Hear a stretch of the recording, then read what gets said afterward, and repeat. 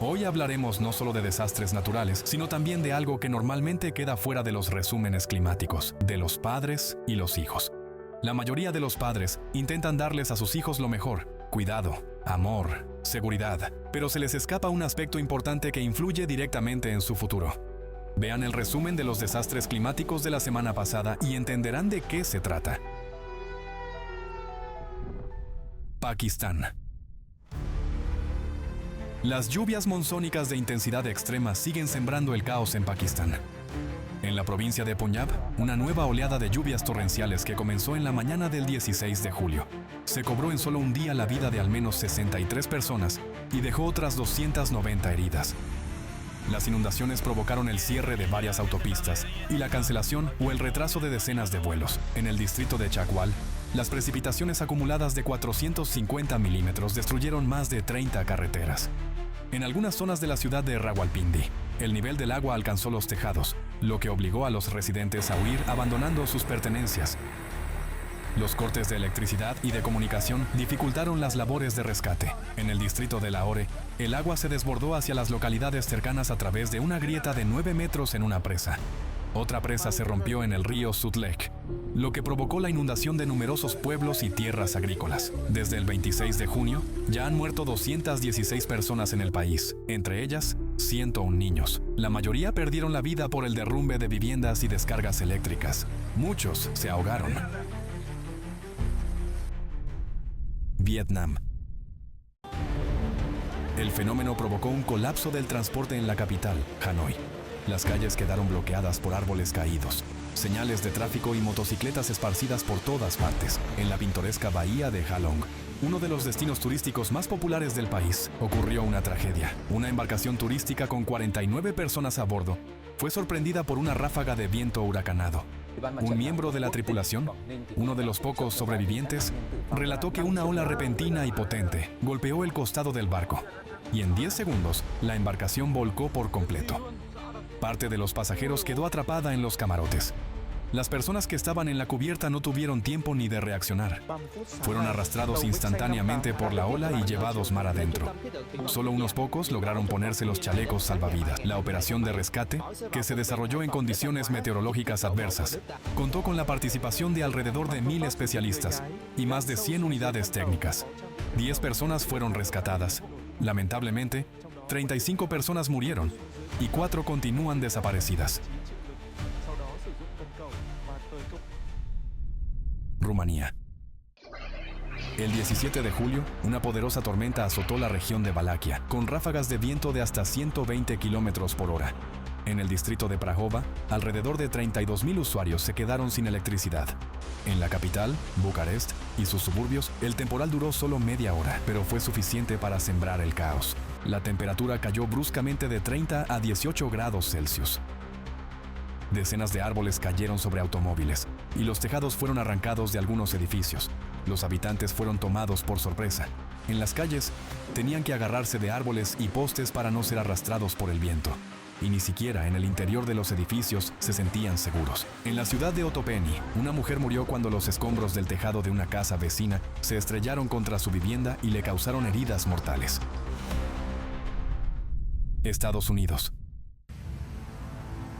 Fuertes lluvias el 19 de julio por la tarde provocaron una inundación repentina en el condado de Montgomery, al norte de Washington, D.C. En algunas zonas cayeron hasta 105 milímetros de precipitaciones en solo hora y media. El nivel del arroyo Sligo Creek subió 3 metros en 30 minutos, inundando calles y edificios. Los residentes quedaron conmocionados por la rapidez con la que subió el agua. Un testigo que ha vivido en la zona durante 20 años declaró que nunca había visto algo similar. El Servicio Meteorológico Nacional emitió por primera vez en la historia de la región una alerta de inundación repentina. Decenas de personas quedaron atrapadas en coches y edificios. Los rescatistas realizaron evacuaciones de emergencia y algunas carreteras permanecían cerradas incluso a la mañana siguiente. Desde el 1 de enero hasta el 15 de julio, en Estados Unidos ya se han emitido 3.040 alertas por inundaciones repentinas, un récord desde 1986, año en que se implementó el sistema de alerta moderno. El 16 de julio por la tarde, un rayo cayó en un campo de tiro con arco al aire libre en el estado de Nueva Jersey, causando la muerte de una persona. Otras 13 personas resultaron heridas, entre ellas 8 niños. Los afectados, con quemaduras y diversas lesiones, fueron trasladados a hospitales locales. Los expertos recuerdan que incluso una tormenta eléctrica no muy intensa puede ser mortal. Al primer indicio, no se debe permanecer al aire libre y hay que buscar refugio de inmediato. Rusia.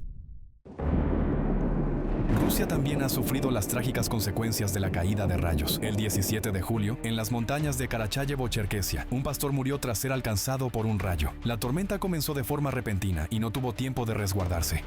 La descarga eléctrica también alcanzó a todo el rebaño de ovejas, a un caballo y a un perro. El 19 de julio, en la República de Tuvá, falleció un niño de 13 años. Estaba ayudando a trasladar una manada de caballos en un campamento de pastores cuando comenzó la tormenta. El rayo impactó directamente en el adolescente y la muerte fue instantánea. Actividad sísmica.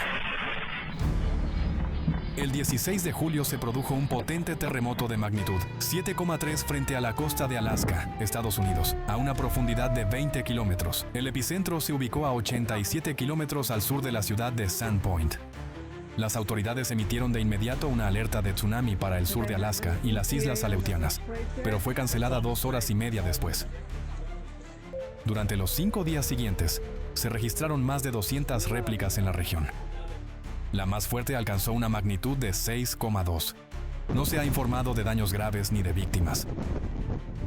La tarde del 20 de julio, una serie de fuertes terremotos sacudió la península de Kamchatka en Rusia. Sus epicentros se localizaron en el Océano Pacífico, a distancias de entre 72 y 209 kilómetros de la ciudad de Petropavlovsk-Kamchatsky. En menos de una hora, ocurrieron 4 eventos sísmicos con magnitudes superiores a 6. El más fuerte alcanzó una magnitud de 7,6. El temblor se sintió en varias localidades, incluida la capital de la región de Kamchatka. En las casas se balanceaban los muebles, tintineaban los platos, los productos caían de las estanterías en las tiendas, y los vecinos, alarmados, salían corriendo a la calle. Muchos no se atrevieron a regresar a sus viviendas y algunos prefirieron pasar la noche en sus casas de verano. Tras los primeros fuertes temblores, la Dirección General del Ministerio de Emergencias declaró una amenaza de tsunami, que posteriormente fue cancelada. Después de un terremoto tan potente, se produjo una serie de réplicas. En solo 3 días se registraron en la región cerca de 1000 nuevos temblores, con magnitudes de hasta 6,7, de los cuales 47 superaron los 5 grados. No hace mucho, un terremoto de magnitud 5 causaba repercusión mundial y se convertía en una noticia destacada en los medios. Hoy, en cambio, este tipo de eventos ocurren prácticamente a diario y ya no se perciben como algo excepcional, ni siquiera siempre se informa sobre ellos. Esto es la prueba más clara de hasta qué punto ha aumentado la actividad sísmica en el planeta, de forma tan masiva como imperceptible para la mayoría. La mañana del 18 de julio, el mayor supervolcán de Europa, Campi Flegrei, volvió a alarmar a los habitantes de Italia. En Nápoles se produjo un terremoto de magnitud 4. Su epicentro se localizó en el mar, cerca de la costa, en la zona de Bagnoli, parte central de la caldera Flegrea. El hipocentro del sismo se situó a solo 2,5 kilómetros de profundidad, por lo que los temblores se sintieron con especial intensidad y causaron consecuencias importantes. En el túnel Monte Olivano, un tramo clave de la nueva línea ferroviaria inaugurada hace apenas 4 meses, aparecieron graves grietas. El túnel tuvo que ser cerrado, lo que no solo interrumpió significativamente el transporte en la región, sino que también bloqueó el acceso al depósito de mantenimiento de trenes. Tifón Wifa.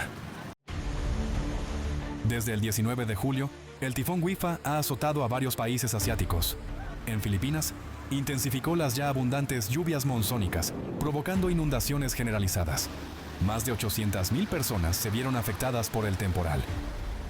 En la región capitalina, el nivel del río Mariquina subió hasta los 15 metros, lo que obligó a evacuar a los residentes cercanos y a implementar medidas de protección.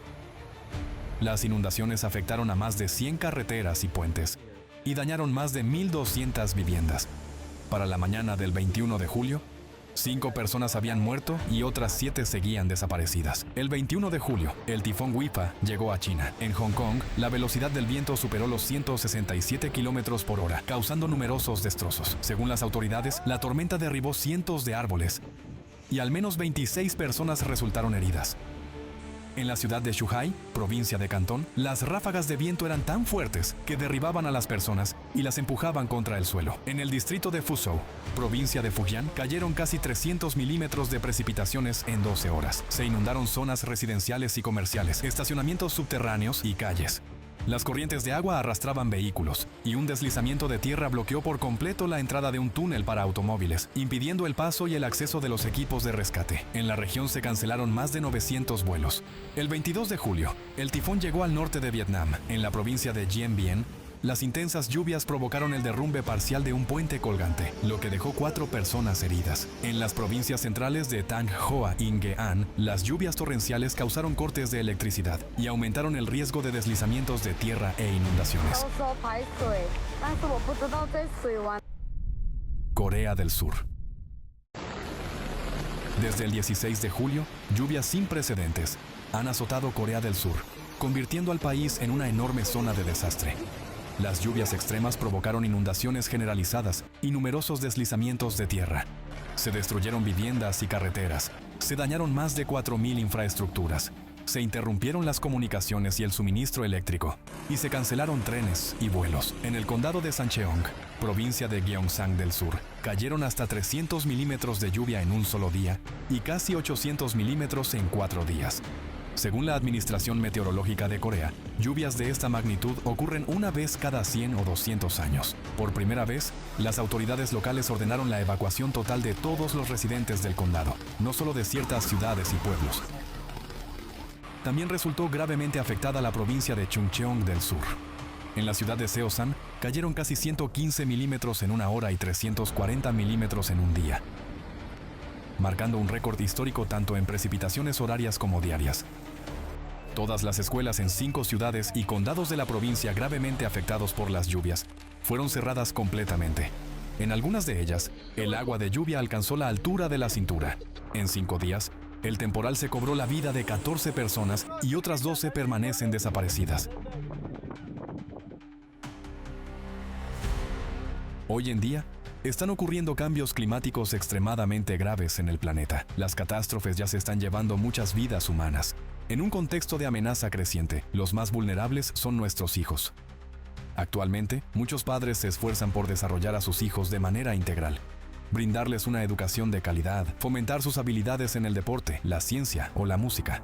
Pero, ¿de qué servirá el conocimiento de idiomas o saber tocar el violín si un terremoto o una inundación amenaza la vida de su hijo? ¿Para qué todo eso si es posible que ni siquiera llegue a vivir lo suficiente para utilizar esos conocimientos y habilidades? Es más fácil apartar la mirada de la realidad, juzgar o incluso insultar a quien dice esta verdad. Pero, ¿salvará eso a su hijo? ¿Le dará un futuro su indignación? Decimos que estamos dispuestos a hacer todo por nuestros hijos, pero no vemos la realidad. Les damos muchas cosas, pero no lo principal, un futuro.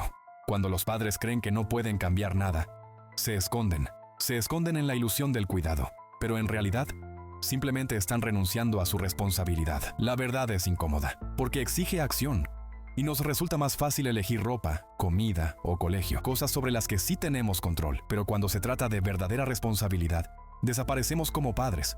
Nos convertimos simplemente en personas indiferentes, y si realmente asumiéramos la responsabilidad por el futuro de nuestros hijos, no tendríamos miedo, investigaríamos lo que está ocurriendo, tomaríamos conciencia, y empezaríamos a actuar.